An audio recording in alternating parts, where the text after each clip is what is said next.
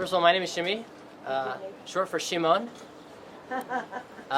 Originally from New York. You have to hold it up there. Made Aliyah about 4 years ago, but I've been living here studying as a yeshiva student, rabbinical student, and I run the Israeli programming here, which means this building has tremendous facilities across the Western Wall, and this is the most important place for the Jewish people and for the world, really, if you think about it.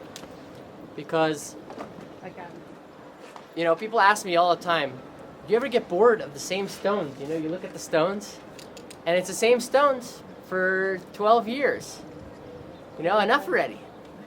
But my answer is that it's true, it's the same stones, but the human interaction with those stones every day is so different, is so unique and so special. Sometimes it's, a Holocaust survivor, or, a Christian, or even a Muslim that would come here and experience something unique and special. It's the only place in the world, if you think about it, that Christian, Muslim, Jewish people find something special here.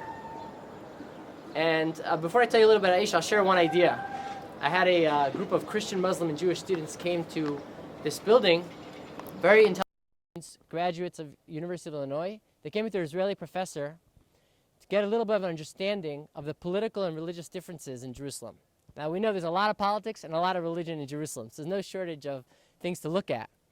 So when they got to they asked me about, peace with the Palestinians. Do we really want it?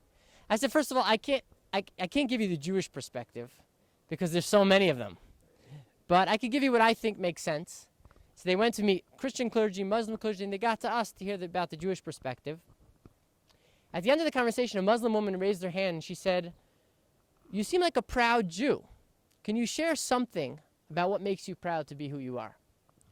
So I said, I'll share one idea from Jewish thought, which the Christians made famous. And if it makes sense, I think you'll appreciate why I'm proud to be who I am. I asked them, what do you think the most famous line in the whole Bible is? What do you think? Very well. Golden rule. Okay. You've made it famous. So I asked them this question. They started going at it. The students were arguing a little bit. Finally, they all came to the agreement. Like you said, what's your name? Like May said, the golden rule. Love your neighbor as yourself. That is the most famous line in the Bible. So I asked you, can I command you to love someone else? So they all said it's ridiculous. You can't command someone to love someone. Either you love them or you don't. So I said, so it turns out the most famous line in the whole Bible doesn't make any sense. It's a commandment to love your neighbor. So I said, the other question I want to ask you, if you think about it, what's the most talked about, sung about, laughed about, written about concept in all of human history? Probably love. Can you define love for me? That's what I asked them. And they went at it. It looked like a yeshiva room, fighting back and forth, like the arguments. And at the end of the conversation, they all agreed they don't have a clear definition of what love is. So I said, I'll try to share with you what I think is the most famous, the definition of love according to Jewish thought, and how that might answer how it's possible to command it. Love is the emotional pleasure. So you said emotion, right? Love is the emotional pleasure you feel when you identify with the virtues of another and you identify the person with those virtues. So again, it's an emotional pleasure, not a physical, not a spiritual, it's an emotional pleasure we feel when we see the good in another and we identify them with those virtues. So for example, if I have a neighbor who I can't stand, I don't say I can't stand you because you're a kind, gentle, warm human being.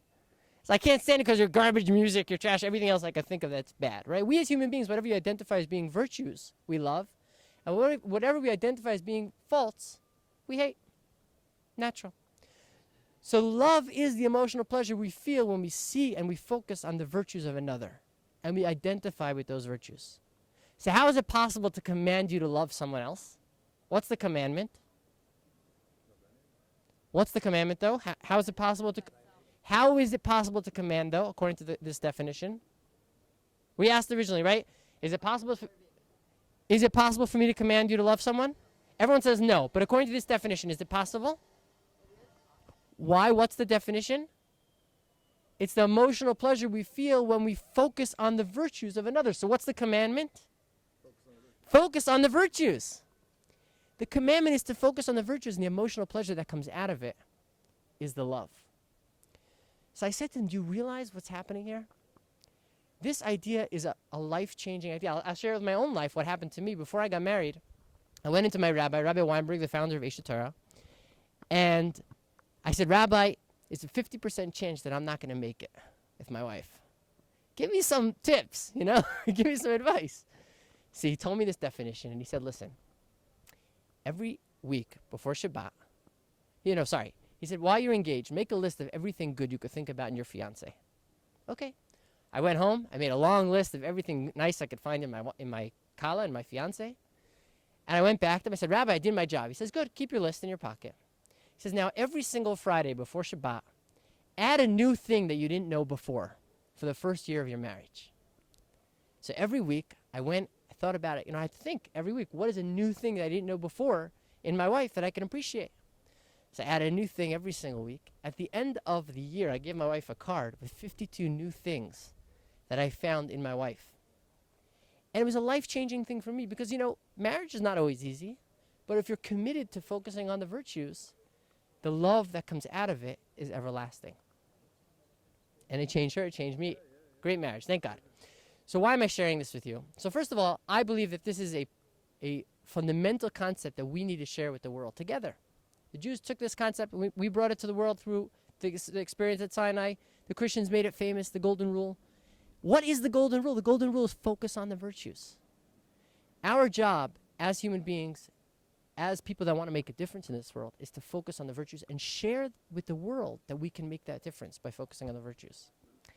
That's what Aish Torah is really about. Aish Torah is about taking Jewish wisdom and making it relevant, sharing it in relevant concepts for humanity to be able to change the world through the wisdom.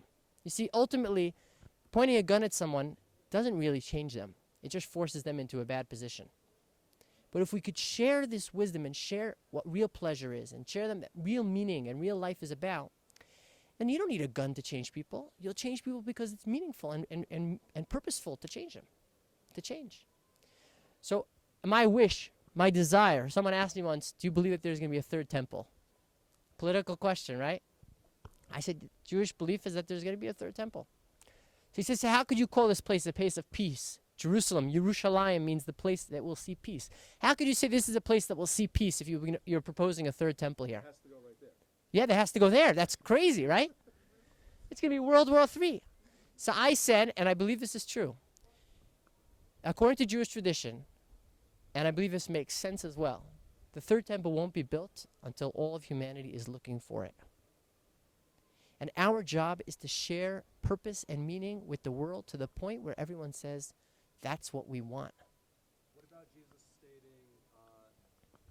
destroy this temple and I'll rebuild it in 3 days? What do you mean by that? I don't know. I don't know. Think about it. Okay. But in any case, it's called Yerushalayim. It always was. The city of peace. And we have to think of it that way. And it's the most provocative place in the world, the most political place in the world. But those who know the real secret of Jerusalem, it's the most peaceful place in the world. I have friends who live here in the old city. Long beards, 11, 12 children, living in 2 or 3 homes. And when they want to, let's say Shabbat afternoon, they want to get their kids some treats, and they don't have any treats in the house. And they promise their kids, and they're having a fit. So what do? They walk into the Muslim quarter. They walk into a shop. They all know each other. They take the candy from the store. They don't mention anything to the owner. The owner knows that after Shabbat, they're going to come back and pay for it. That's peace. That's beautiful. If all of humanity could learn to trust each other, to focus on the virtues of another, we would have a very different world. Thank you for coming. Thank you for visiting. Thank you.